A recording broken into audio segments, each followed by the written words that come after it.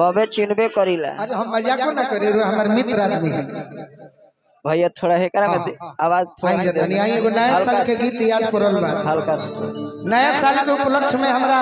हां जी सुनील चाचा प्रोग्राम करवले बानी। हां हां एगो नया साल के गीत होके के चाहिए नो भाई सही बात दीवाना। हां जी अच्छा चले के तनी लगल जाओ फिर भैया डिस्टर्ब नहीं क्यों होते ना रवरे का बड़ा जी तो हम कैसे जी मैडम जी तारो के नया साल के शुभकामना देते नहीं आ 2025 में एगो हम आपसे आग्रह करते हैं हां हां कि नया साल में अरे नया साल में ये जानू ख्याल करी हो नया साल में आए हाय हाय कि नया साल में अरे नया साल में ये जानू ख्याल करी हो नया साल में ये जानू ख्याल करी हो नया साल में नया साल में ये जानू ख्याल करी हो नया साल में नया साल में ये जानू ख्याल करी हो नया साल में पहले विश करी हो पहले विश करी हो फिर मिस करी हो फिर मिस करी हो पहले विश करी हो फिर मिस करी हो जब मिलब तो मन भर किस करी हो नया साल में ये जानू ख्याल रखी हो नया साल में नया साल में ये जानू ख्याल रखी हो धोखेबाज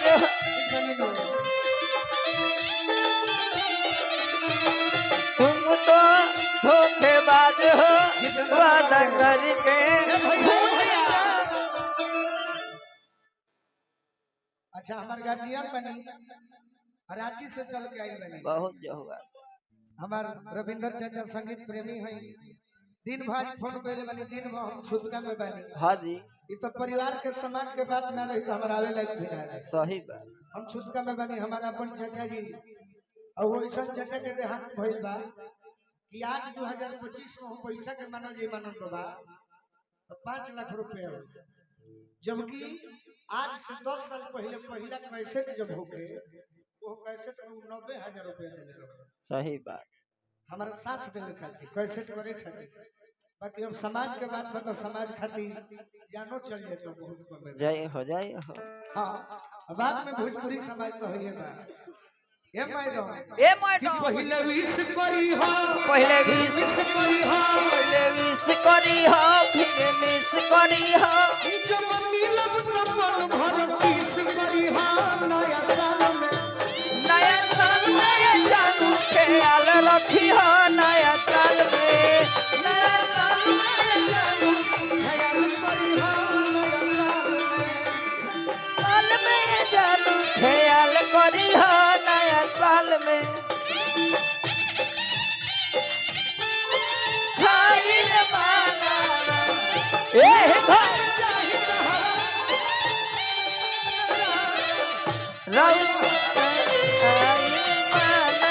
घरवा में आई नया साल में ये जानू ख्याल रखी हो नया साल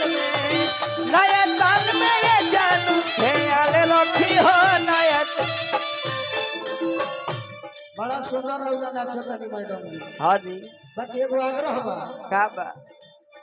देखिए हमारे शाही चाचा आ गए पटेहा गांव से पैक्स अध्यक्ष बनल बनी वाह बड़ा हम खुश बनी के रोज पैक्स अध्यक्ष बननी हमार दिल के जियारा जुड़ा गए। जय हो जनवरी फरवरी में फरका न जई हो जनवरी फरवरी में फरका न जई हो जनवरी फरवरी में फरका न जई हो फरका न जई हो फरका न जई हो मार्च में मिल खातिर तिल तिल आई हो तिल तिल आई हो तिल तिल आई हो कि जनवरी फरवरी में फरका न जई हो ना जई हो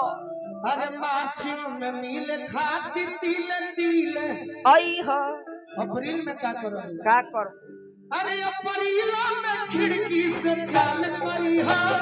नया साल में नया साल में जानू ख्याल करी हो नया साल में नया साल में जानू ख्याल करी हो नया साल में रखवार भइले राजा कही के नदिया के तोहरा भिलार रखवार भइले राजा लागे डर ही देव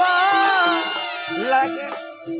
डर ही देवर करी घाट राजा दिन रात रहे छतिए पहाड़ राजा लागे डर ही देवर करी घाट राजा दिन रात रहे छतिए पहाड़ नया साल में ये जानू ख्याल करी हो नया साल में नया साल में ये जानू ख्याल करी हो नया साल में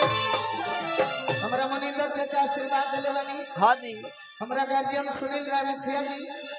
भाई विधायक प्रत्याशी महाराजगंज से आशीर्वाद दिले बानी वाह और का अरे मई जून जुलाई तू समय बीतई हो संग ही बीतई हो संग ही बीतई हो मई जून जुलाई तू समय बीतई हो संग ही बीतई हो संग ही बीतई हो ओहन के अपना हवा खियई हो हवा खियई हो हवा खियई हो अगस्त में का करोगे का करू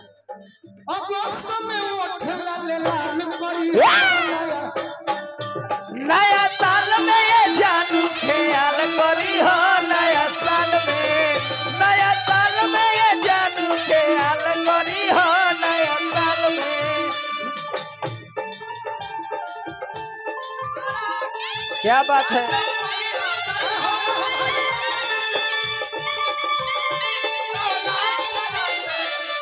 वाह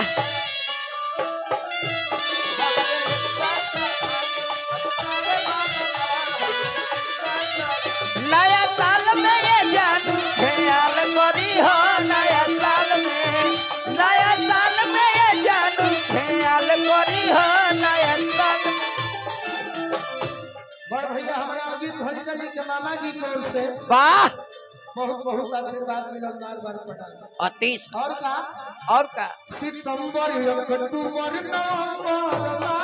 नवंबर माह में नवंबर माह में सुनो सब दिल जी के रखी हो निगाह में रखी हो निगाह में हो रखी हो निगाह में